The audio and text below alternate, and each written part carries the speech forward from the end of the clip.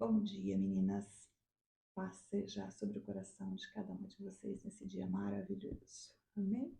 Hoje nós estaremos falando sobre o Salmo 32. E no versículo 2 desse salmo, a palavra do Senhor nos diz assim: Bem-aventurado o homem, a quem o Senhor não atribui iniquidade e em cujo espírito não há dolo. Esse salmo é um salmo lindo e nós vemos muitas verdades nesse salmo, né? Então, existe um livro, né, que é um dos grandes tesouros da literatura mundial, chamado Os Miseráveis, de Victor Hugo, que foi escrito no século XIX. Nesse livro há um personagem, né, de um ex-condenado que é acolhido por um bispo que o recebe em casa e lhe trata com muita dignidade. E em pagamento, né, a esse tão bondoso tratamento, esse ex-condenado rouba do bispo alguns talheres de prata e foge. Algum tempo depois, a polícia vem à casa do bispo com o ladrão sob sua custódia, a fim de conferir a versão de que os utensílios valiosos em seu poder lhe tinham sido presenteados pelo clérigo, né, pelo bispo. Este, para a surpresa do leitor, confirma que foi dado de presente ao ex-condenado. E lhe diz, diante dos guardas: Ai, você se esqueceu de levar os candelabros. Ocorre então algo que muda a vida do ladrão. O bispo ele lhe entrega os candelabros e diz: use esse dinheiro para se tornar um homem honesto. Você já não pertence ao mal, mas sim ao bem. O perdão e a generosidade do bispo foram algo tão marcante na vida daquele homem que ele realmente mudou de vida. Ele se torna um homem honrado e altruísta, a ponto de ajudar outras pessoas necessitadas e até de correr o risco de ser preso ou morto por fazer o bem a uma moça órfã, de quem ele acaba cuidando como se fosse sua própria filha. Então, o Salmo 32, ele é um testemunho de Davi do perdão que ele recebeu mediante, né, a sua confissão de pecados e dos efeitos que esse perdão teve sobre a vida dele. E quando a gente lê essa história, a gente vê, né, o paralelo entre esse perdão de Deus. Então, como servos de Deus, nós devemos nos acostumar, ou melhor, nós não devemos, né, nos acostumar ou esconder os nossos pecados, mas nós precisamos confessá-los ao Senhor e abandonar, né, a fim de que a comunhão com Deus e tudo que decorre dela seja restaurado. Então, há nesse salmo, amadas, pelo menos 3 restaurações feitas por Deus aos homens que, contritos, lhe confessam os pecados. Então, a primeira é a restauração do bem-estar.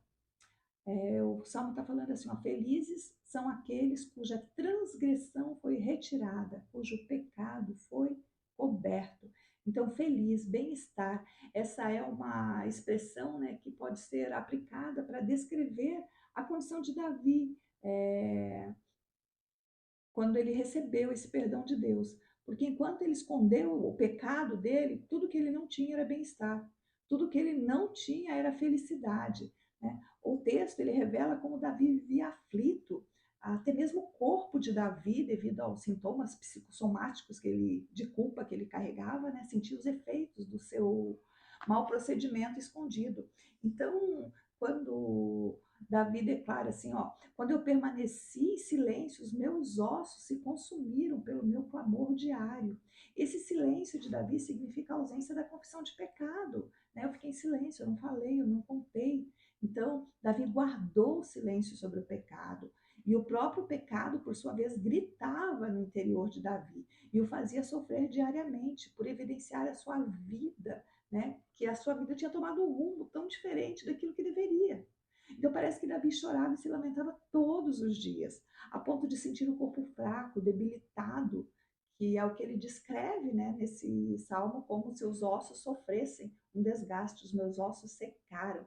Então, amadas, é um preço muito alto para esconder a iniquidade, né, por esconder a iniquidade. Então, a simples consciência da santidade do Senhor, além da disciplina, consumia Davi.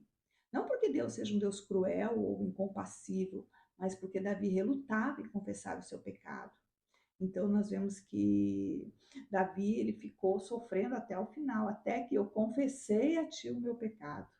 Diante disso, né, quando ele confessa, a gente vê que Deus não responde a essa confissão com algo assim: ah, agora é tarde, já passou teu tempo.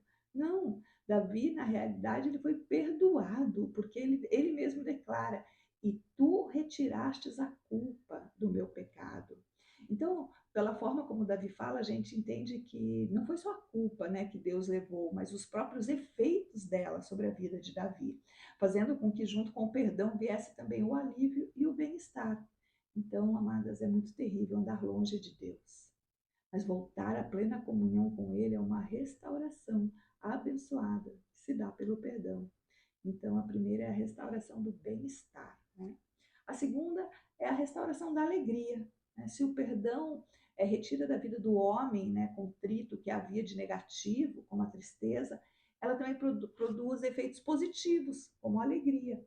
Tu me cercas de aclamações de livramento.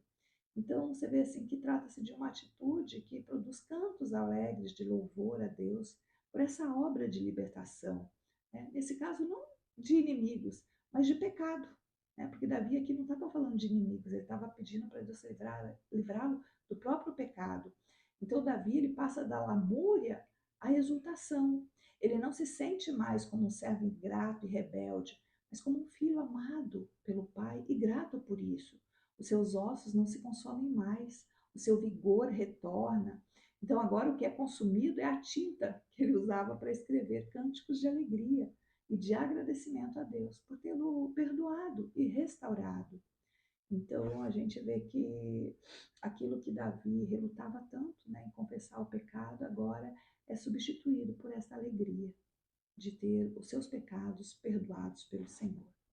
E a terceira restauração é a do caminho.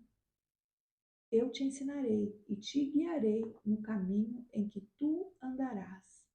Então, quando eu não tenho esse conhecimento da palavra de Deus, quando eu ando em desobediência a esse entendimento, né, o homem se afasta de Deus e faz o que é mal. Mas a instrução divina, ela vem promover o processo de santificação, revertendo essa condição, né, de não saber para onde ir, de andar por um caminho mau. Então, lá no Salmo 119, versículo 9 e 11, diz assim: de que maneira poderá o jovem guardar puro o seu caminho? Observando segundo a tua palavra. Guardo no coração as tuas palavras para não pecar contra ti. E o mais surpreendente, amadas, nesse processo é que a ação de instruir, de guiar, né, é um fator fundamental para a santificação da vida de todos nós. E essa iniciativa, ela vem do próprio Deus. É Ele quem faz isso. Ele é quem toma o servo pela mão, é Ele quem conduz pelo caminho, é Ele quem mostra, né, o caminho correto, é Ele quem nos dá esse mapa precioso que são as Escrituras. Então, Davi, como poucas pessoas, conhecia esses dois lados da moeda.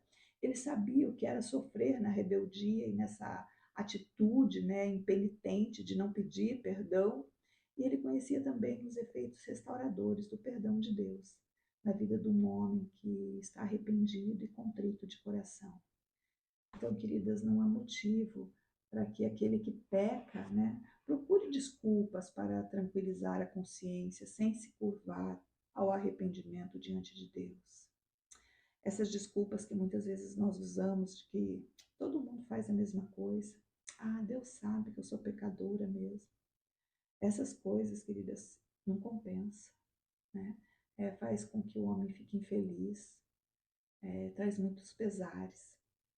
Então, diante dessa experiência, da sabedoria de Davi, de tanto favor e misericórdia de Deus, como ele nos mostra aqui, chega a ser uma grande tolice sofrer os danos de reter a confissão de pecados e de permanecer no mal. É uma grande insensatez sofrer as perdas, né, dessa condição tão linda que Deus nos dá, né? É, perder isso por nos recusarmos a pedir perdão. Não há razão, amadas, para um cristão passar por isso sem voltar atrás, sem se voltar para os braços do Senhor. Então, se um personagem, né, de um livro, como nós já falamos, né, teve a sua vida tão transformada através de um ato de bondade, né, do bispo, imagine nós que fomos compradas por Cristo, que temos o nosso preço como preço de sangue, nós fomos comprados para pertencer a Ele para sempre. Então, que a nossa luta, amadas, não seja contra o pecado apenas, mas ela seja contra a dureza do coração, que teima em não se arrepender. A nossa luta deve ser contra isso. Então, que o nosso prêmio não seja apenas o perdão, mas ele seja a restauração e a comunhão completa com aquele que nos ama de um modo incomparável. E que a nossa motivação, amados, para prosseguir seja o sacrifício e o exemplo de Jesus Cristo, a quem nós servimos. Que essa seja a nossa história, em nome de Jesus. Amém, queridas? Que vocês possam ter um dia maravilhoso, que você possa aplicar isso na sua vida. E se preciso for, se reconcilia com o Senhor, pede perdão, não oculta os seus pecados, não vale a pena. Amém? Tenha um excelente dia, na paz do Senhor.